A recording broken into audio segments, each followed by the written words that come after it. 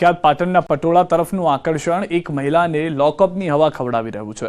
જી હા, વાત છે અમદાવાદના સાયન્સ સિટી રોડ વિસ્તારની, જ્યાં કપડાના શોરૂમમાં ઓપનિંગ સેરેમનીના દિવસે એક મહિલા ખરીદી કરવા માટે ગઈ હતી। જો કે પ્રથમ નજરે જ આ મહિલાના 2 પટોળા પસંદ આવ્યા, પરંતુ તેની કિંમત કોઈ પણ સામાન્ય વ્યક્તિને પરવડે તેમ ન હતી।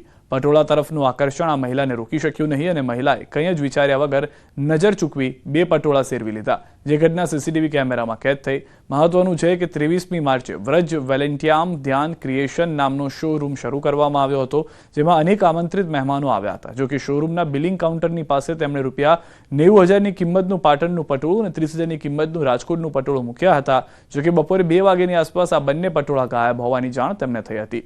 શોરૂમના માલિકને જાણ થતાં જ તેણે પોલીસ ફરિયાદ નોંધાવી। સોલા પોલીસે સીસીટીવીના આધારે મહિલાની ધરપકડ કરી છે। સાયન્સ સિટી રોડ પર વજ્ર મોલ છે, એની અંદર G2 દુકાન છે, એનું ઓપનિંગ હતું સાડીઓનું એનું, અને ઓપનિંગની અંદર બધા એમના મહેમાનો પરિવારો બધા આવેલા।